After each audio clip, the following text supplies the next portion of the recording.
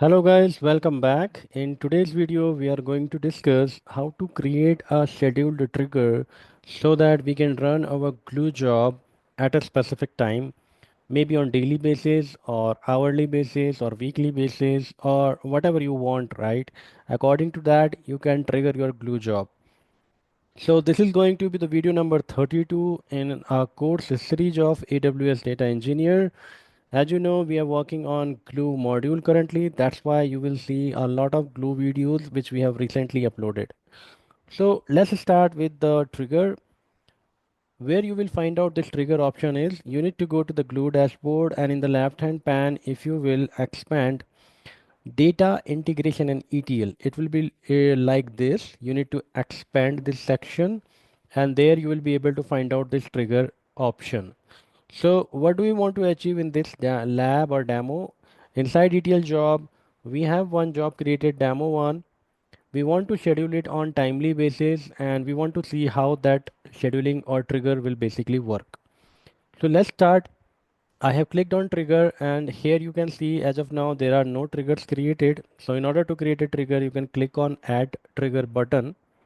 After that, you need to provide a trigger detail. So I will keep the name of a trigger with the job name. So I will say demo one job hyphen trigger. If you want, you can provide a description. And here you will find out three different kind of a trigger. Out of these three, we're gonna utilize schedule trigger, because this is the only trigger which you can create standalone. Otherwise, rest of these two triggers will be getting utilized inside the workflow. When you will work on workflow, then only you will be utilizing these two triggers. Otherwise, they will not make any sense if you will create standalone trigger for on demand and job or crawler event.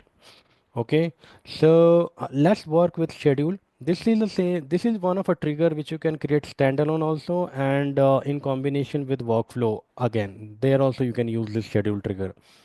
So I want to create a schedule trigger.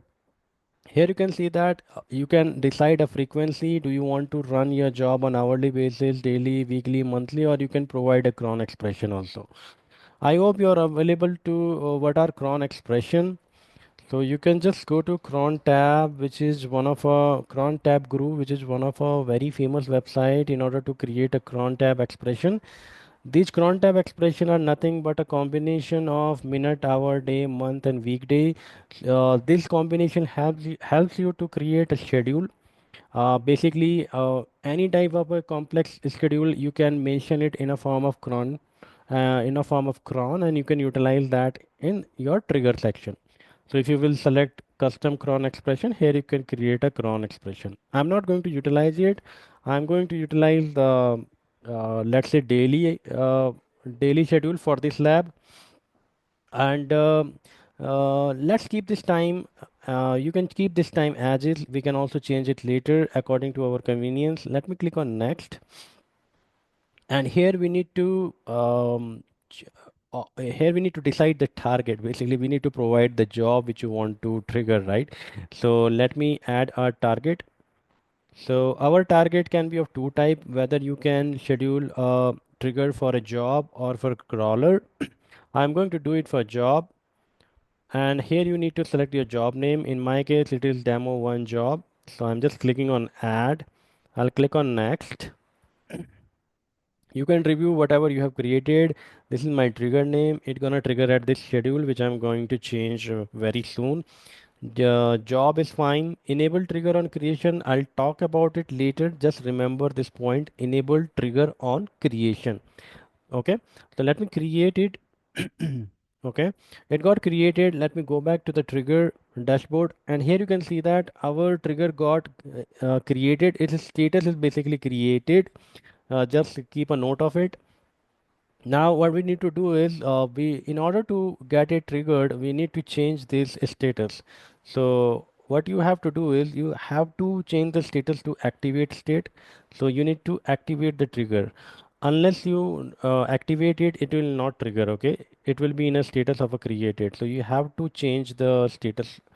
So I'm going to activate this trigger. It got activated, and now our job is going to run daily at 12:15 p.m.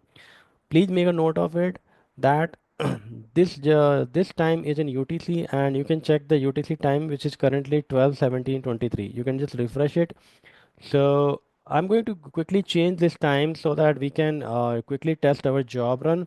So let me go and click on action, edit trigger, edit trigger. Let me make it as 12:18. Let me do next, and update. So it already got updated by 12:17:59. Only 1 second was left. So I hope it would have already triggered my glue job. So let me go there. Let me check the run. Here you can see that it has already triggered my glue job.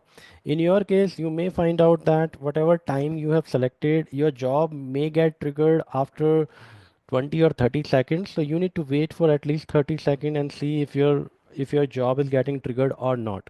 So that's it for this video, guys. I hope you remember this point, that you need to create a trigger and then activate it. If you have not enabled that switch while creating a trigger, which says that enable the trigger after creating. Let me quickly show you that radio button again. So let me call it as demo 1 trigger. Let's click on schedule. Whatever schedule it is, I don't mind. Let me click job. Okay, let me select any random job. Next, this one, right?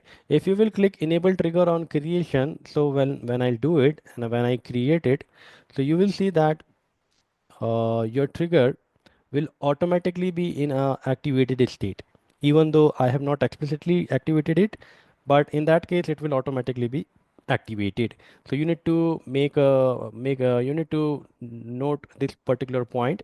Now I do not need these triggers, because otherwise they are going to trigger my glue job daily on these timings. I do not need that.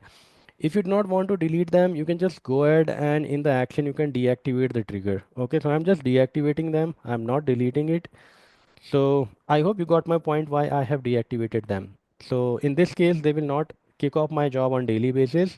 If you want to again re-enable it, then you can just click on, just 1 minute. I need to, yeah, you can click on activate trigger. Okay. So that's it for this video, guys. Rest of the triggers which I have talked about, we are going to discuss them once we start learning workflow. I'll meet you in the next video, guys. Till then, take care and bye bye. If you like this video, kindly subscribe my channel. Thank you. Bye bye.